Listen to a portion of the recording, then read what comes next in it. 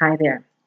This message is for anyone who has purchased a house in the last, say, year and a half, maybe 2 years, and you're thinking you want to sell, or you got a job transfer, or you bought too small of a home. Okay, a few things that we need to talk about. And I'm seeing a trend recently that I have never seen in 25 years in real estate. And the trend that I'm seeing is that people are only keeping their house for a year and a half, and then they pull the trigger and want to sell. And for many of them, they've updated them to like unbelievable. They've put like HGT Pinterest moments everywhere throughout the house, and then want that back plus more. Okay, very, very simply, I want to help you. What you did not get to see that people way before you 5, 6, 7, 8 years ago got to see is before settlements used to happen. The settlement when you would go buy your house, except for new homes, but when you would go buy your house, you would sit down with the seller, the seller's agent, the buyer, the buyer's agent, and the title company.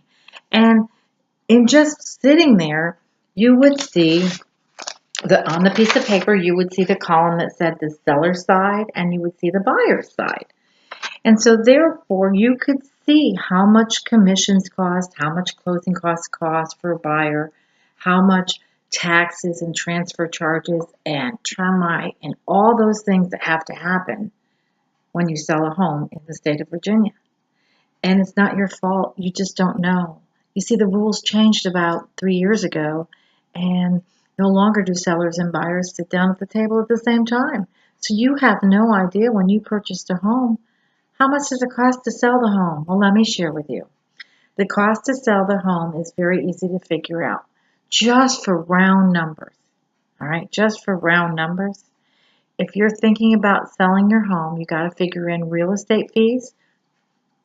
They're all negotiable, but let's say 3% for the buyer's agent, 3% for the listing agent.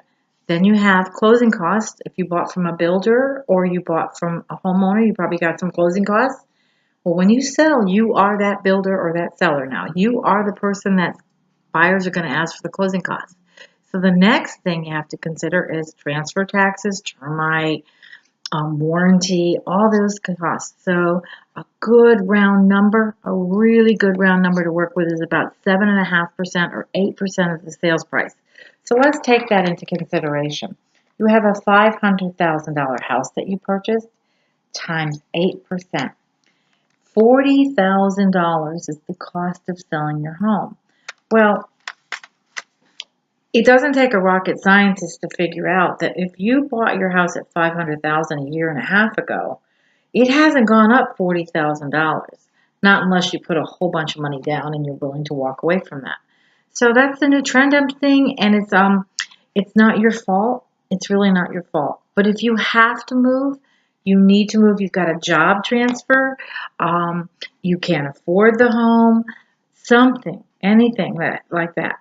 Then there are some things we can help with. If you're thinking about relocating to another area before you move, before you accept that position, you might want to check with the employer to see if you can get a signing bonus or relocation help. Because if they want you and you live in Virginia and you need to sell a house and you don't want to rent a house, then you might want to have some money to offset the closing costs and settlement costs for your house. If you have any questions, call me, 703-851-3085. I'm Peggy James of the Twin Selling Real Estate. It'd be my pleasure to help you and help you figure out, how do we do this? Do we rent it? Do we sell it? What do we do? I've been doing this for a long time. I can help. All right, bye-bye now.